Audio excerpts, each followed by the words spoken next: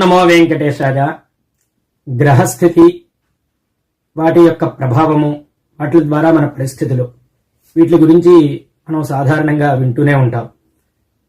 మనం పుట్టిన సమయంలో గ్రహాలు గ్రహమండలంలో సంచరిస్తూ ఏ ఏ స్థితుల్లో ఉన్నాయి, అంటే ఉచ్చ స్థితిలో ఉన్నాయా, నీచ స్థితిలో ఉన్నాయా, లేకపోతే స్వక్షేత్రగతులై ఉన్నాయా, లేదా శత్రుక్షేత్రంలో ఉన్నాయా, వీటిని బట్టి మన లగ్నాంతో వాటి యొక్క స్థితులను చూసుకుంటూ ఉంటే వాటి యొక్క ప్రభావం మనకు ఎలా ఉంటుంది అన్నది మనం చూసుకుంటూ ఉంటాం.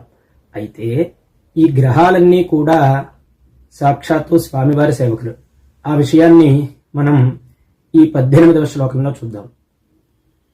సూర్యేందు భౌమ బుధవాక్పతి కావ్య సౌరి స్వర్భానుకేతు దివిషత్ పరిషత్ ప్రధానాః త్వద్దాసదాసచరమావధి దాసదాసాః శ్రీ వెంకటాచలపతే తవ సుప్రభాతం.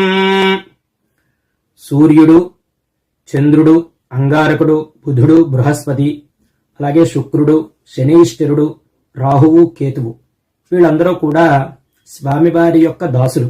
దాసులు అంటే సేవించేవారు, సేవకులు. వారే కాదుట, స్వామివారిని ఎవరైతే సేవిస్తారో వాళ్ళ యొక్క సేవకులు, స్వామివారిని సేవించే వాళ్ళ యొక్క సేవకులు, వారి సేవకులు, వారి సేవకులు అంటే చరమావధి దాసదాస, చిట్ట చివరి సరిహద్దు వరకు కూడా సేవించే సేవకులందరూ కూడా స్వామివారి యొక్క సేవలో, అంటే స్వామివారి యొక్క అనుగ్రహానికి పాత్రులు అవుతూ ఉంటారట. అంటే దాసానుదాసులు అంటే సేవ చేసేవారికి సేవ చేసేవారు, వాళ్ళందరినీ కూడా స్వామి చల్లగా చూసి రక్షిస్తూ ఉంటారట. మనం ఈ గ్రహ ప్రభావాలు, ఈ గ్రహ పీడలు తొలగాలి అంటే మనం నిత్యము కూడా స్వామిని ఆరాధిస్తూ ఉండాలి. ఏదో శనివారం స్వామికి ప్రీతి అని ఒక వారానికి ఆయన పరిమితి చేయకుండా ప్రతి నిత్యము స్వామిని ఆరాధించడం ద్వారా ఈ గ్రహ బాధలను, సమస్త ఈతి బాధలు కూడా మనకు తొలుగుతాయి. ఓ వెంకటేశ్వర ప్రభు నీకు సుప్రభాతమగుగాక. స్వస్తి.